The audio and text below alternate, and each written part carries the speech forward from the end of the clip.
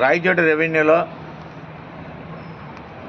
సోమవారం రోజు ఒక విఆర్ఓ చనిపోయిన విఆర్ఓ ఇంటి మీద మరో చోట జరిగిన దాడి ఆ తర్వాత జరుగుతున్న ప్రచారాలను ఒకసారి పరిశీలించినట్టయితే తప్పులను ఒప్పుగా చూపించడం కోసం ఒక గ్రూప్ ఈ విధంగా ప్రయత్నం చేస్తున్న అభిప్రాయం కలుగుతోంది. ఎందుకంటే రాయచోటి తహసీల్దార్ కార్యాలయంలో జిల్లా ఏర్పాటైన 2022 సంవత్సరం నాటికే ఈ కాలనీలో ఉన్న భూములకు సంబంధించిన రికార్డులన్నీ కూడా స్కాన్ చేయడానికి కడపకు పోయినాయి. అవి తిరిగి వచ్చినాయో లేవో చెప్పినోడో లేదు, తెలిసిందే లేదు. ఈరోజు ఆ కారణం చూపించేసి కార్యాలయంలోనే కొంతమంది వ్యక్తులు సిబగతుల్లా కాలనీ కానీ, కలెక్టరేట్ పక్కనే ఉన్న ఇందిరమ్మ కాలనీలో కానీ, తర్వాత అంబేద్కర్ కాలనీ కానీ, ఒకసారి ఏజీ గార్డెన్ దగ్గర కానీ పరిశీలించినట్లయితే ఇవన్నింటినీ కూడా థర్డ్ పార్టీతో కానీ లేదా ఆర్డీఓ నేతృత్వంలో ఇళ్లలో ఉన్న వాళ్ళ డిఫారాలు తెప్పించి చూస్తే ఎవరి డిఫారాలు ఇచ్చారు ఏంటి అన్నది అసలు విషయం బయటకు వస్తుంది.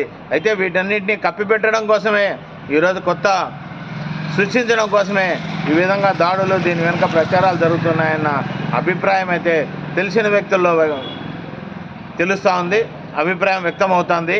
దీనిపైన జిల్లా అధికార యంత్రాంగం కూడా ఏకపక్షంగానో రాజకీయ నిర్ణయాలతోనో రాజకీయ నాయకులు చెప్పారనో రాజకీయ ప్రేరేపితం కాకుండా వాస్తవ దృష్టితో చూడాల్సిన అవసరం ఉంది.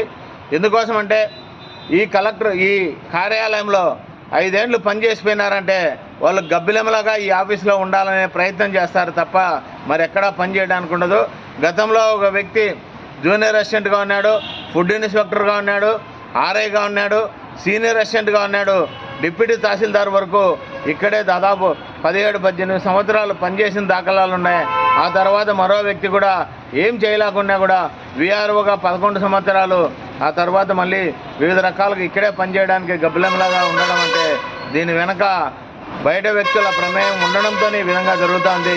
ఒకసారి ఈ నుంచి బయటికి వినోళ్ళు మళ్ళీ 5 నుంచి 10 లక్షలు ఖర్చు పెట్టి నాయకుల అనుచరులకు డబ్బులు ఇచ్చి మళ్ళీ ఇక్కడ రావడానికి ప్రయత్నం చేస్తున్నారంటే వాళ్ళకు గతంలో ఇక్కడ ఏముంది, ఏం జరుగుతుందనే విషయం కూడా ఉంది.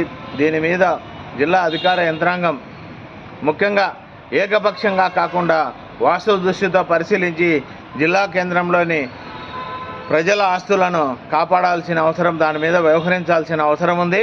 అయితే ఇందులో వీళ్ళు అనుకుంటున్నారు రికార్డులు ఏమీ కావు, ఏం చేసినా చెల్లుతుందని.